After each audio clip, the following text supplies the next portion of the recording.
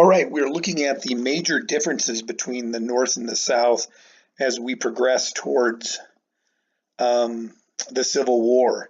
And this is going to be states' rights versus the federal government. And the states' rights are going to be the South. They feel the states should be making decisions, not the federal government. The federal government will be the North, saying the Constitution gives broad powers to the federal government to outlaw and to do away with either slavery or parts of slavery. Um, so let's do a side-by-side comparison. The North believed in a broad um, federal powers and a loose interpretation of the Constitution, meaning they looked at what was the meaning, what did the founders of the Constitution want to have happen. And this is still going on today. A strict constructionist or a loose constructionist. A constitutionalist will be someone who believes that is a strict constructionist. The South is this. They believe in a strict interpretation of the Constitution. Don't try to read into the founders' minds. Say, what does the article, what does the amendment clearly state that the federal government has the power to do? And if it doesn't say that, if it doesn't say the federal government has the power to do something, then clearly it shouldn't be doing it.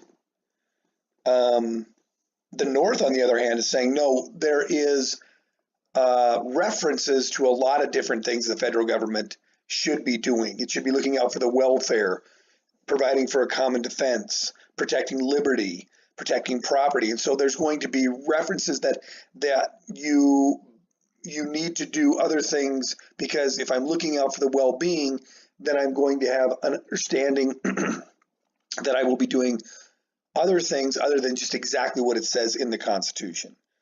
The North, by and large, is opposed to slavery. The South, on the other hand, as I mentioned, they say you can only do what the actual Constitution says it can do.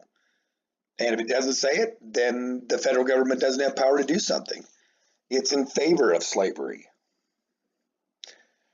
The North, as the entire country, will still be reliant upon farming. Both the North and South in the 1860s are reliant on farming. The United States of America will be reliant on farming as a whole up through the 1920s and 30s. It's not until then do you see West move completely into a manufacturing setting. But in the North, you relied on farming, but you relied on manufacturing also. Farms are much smaller in the North, and these farms are including crops that are not very labor intensive. You put the wheat in, and you don't have a lot of labor intensity. You don't need a lot of laborers out there watching the wheat grow. The South, on the other hand, relied solely on farming for its economy. That's all they had was farming. And they did have very labor-intensive crops. Cotton and tobacco are very labor-intensive, so they need a lot of labor, and they could get that through slaves. Factories in the South, in the North, will never ever use slaves. We talked about that and the reasons why. The South will rely on the North or foreign governments, European governments, to get them their manufactured goods. Now, that's important. Remember that the South relies on the North or European countries to give them their manufactured goods. They don't produce manufactured goods. That's going to be a distinct advantage for the North when the war comes.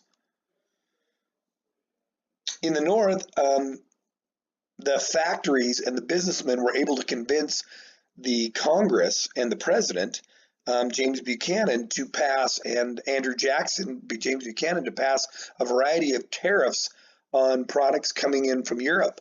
These tariffs were in essence a tax. That would take the product that was going up against the United States product, let's say tobacco. The tobacco coming in from wherever was going to be more expensive because I placed this tariff tax on it. So now the consumer goes to buy the product, the cigar, and he looks and he says, wow, this tobacco is $3. This tobacco over here is $2. Well, the one that's $2 is the one that's made in the United States. Okay, that would protect the Southern farmer. That would be a good thing. But by and large, most of the tariffs were done for manufactured goods. So those are all made in the North.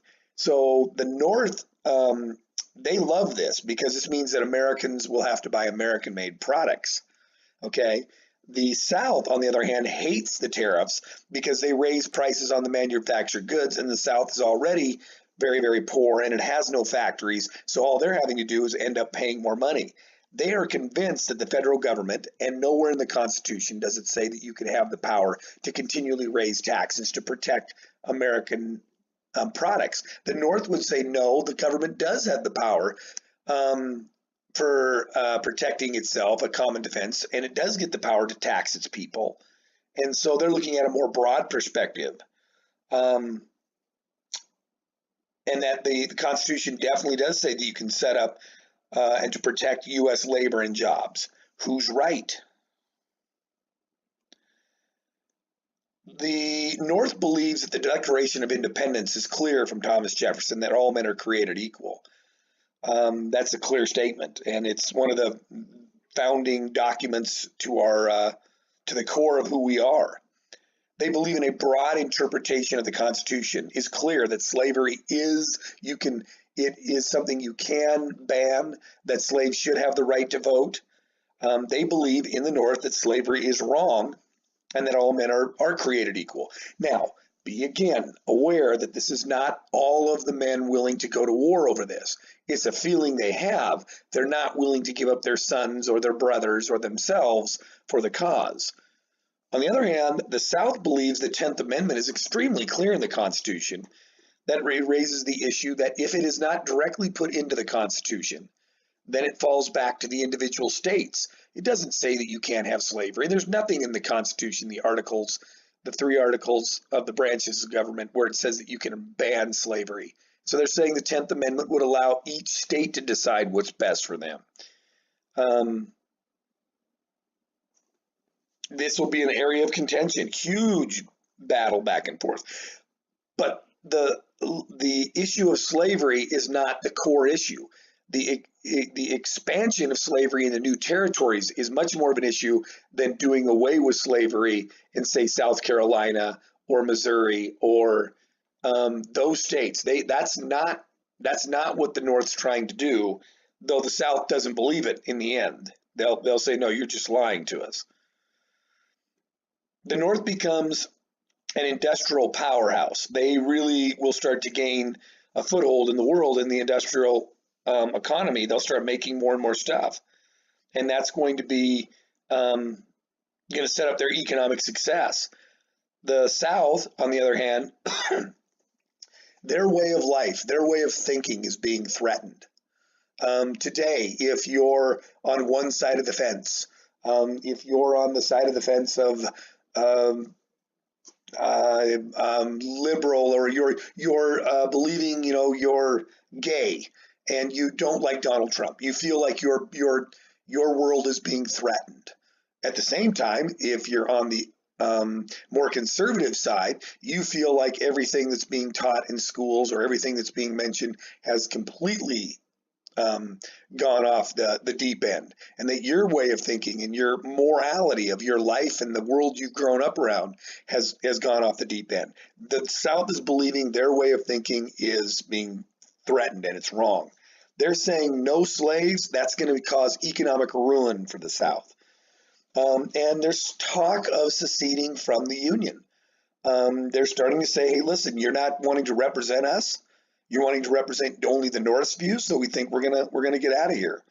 They believe the North is trying to change their lifestyle and beliefs, and they don't believe the North's claims that they're only going to stop new states from becoming slave states. They believe they're going to try to do with slavery all the way, and you have the definition of seceding there at the bottom. Finally, we get to the Republican platform and the 1860 election. We've gone through a variety of things. The Missouri Compromise of 1820, the rebellion, the Nate Turner slave rebellion, the Uncle Tom's Cabin that stirs up resentment. We have Kansas bleeding. We have the Kansas-Nebraska Act that is nullified by the Dred Scott Supreme Court. We've gone over these things. And now in 1854, the Republican Party is formed.